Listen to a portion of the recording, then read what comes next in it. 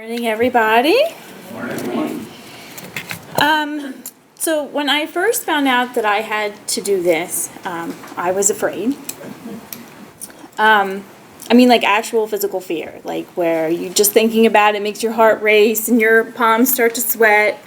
And I couldn't stop thinking about it either. So it was like, how am I going to get through this? How am I going to do this? Because not doing it is not an option. So I knew I had to. And I wanted to do it. I wanted to do it, to get past the fear, to prove that to myself that I could do it. And, I didn't come this far to only come this far. So, you want to finish it. So here I am. And I did it. I climbed the Indian River Bridge.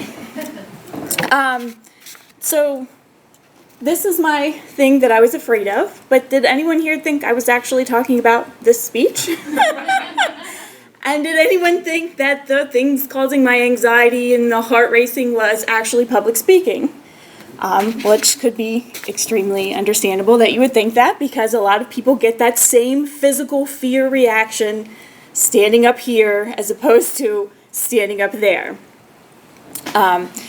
So it's odd, and it's an interesting thing about the body, that something that could physically hurt you, from like falling here, whereas if, the speech doesn't go well, it's embarrassing. Even if I fell down on the floor right here, I'm not going to hurt myself like this. Just bruise my ego and my pride and probably end up on YouTube. But that's okay. YouTube will be all right. I love this quote from Seinfeld. One, because I'm a Seinfeld fan. But two, this is so relatable, that death is preferable to standing up here giving a speech. And most people would do anything to get out of this. But you can't. There's times where you have to. There's no getting around it. But that fight or flight gets you when you're confronted with the prospect of coming up and doing public speaking. The autonomic nervous system perceives that threat, and you have to decide whether it's a real threat or a perceived threat. Is it something that's going to physically hurt me, or is it something that's only going to be embarrassing or that's going to be uncomfortable for a little bit? So the first step to overcoming the fear of public speaking, for me, was to figure out why it concerned me so. We all in the Leadership Academy took the DISC behavioral training, and I am a C, and C's like information. We want all of it, and we want it up front, and we want to have time to evaluate all of it. When you do public speaking, you don't have that because there's a gigantic unknown in the room, and that is all of you. I can't know everything that you guys are going to do, react, say, or perceive of me.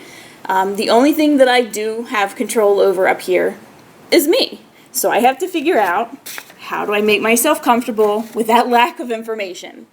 So there's a couple ways that you can do this. Prepare, practice, practice. Know everything that you can about what you can. But the other thing that I find very helpful is actually visualization.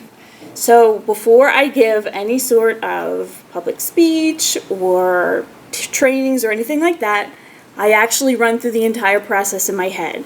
From walking in, standing up here, delivering the speech, finishing, and most importantly, surviving and not falling or dying up here. So that helps me get all of the information that I can, prepares myself mentally, and then each time I do it, I know I can do it the next time, because I did it this time, and I survived. And I actually did that for the bridge as well. I took every bit of information that anybody wanted to give me. That was my main question for everything. I even asked it at the last meeting. So I was like, who has tips for getting up the bridge? And I took all of that, the pictures and the videos that we had, and I imagined myself climbing up there and getting to the top, surviving it and making it through. And honestly, if you told me that this afternoon we could go again, I would go again. I absolutely loved that part of it. So the one thing I want to leave you with is this quote by Eleanor Roosevelt.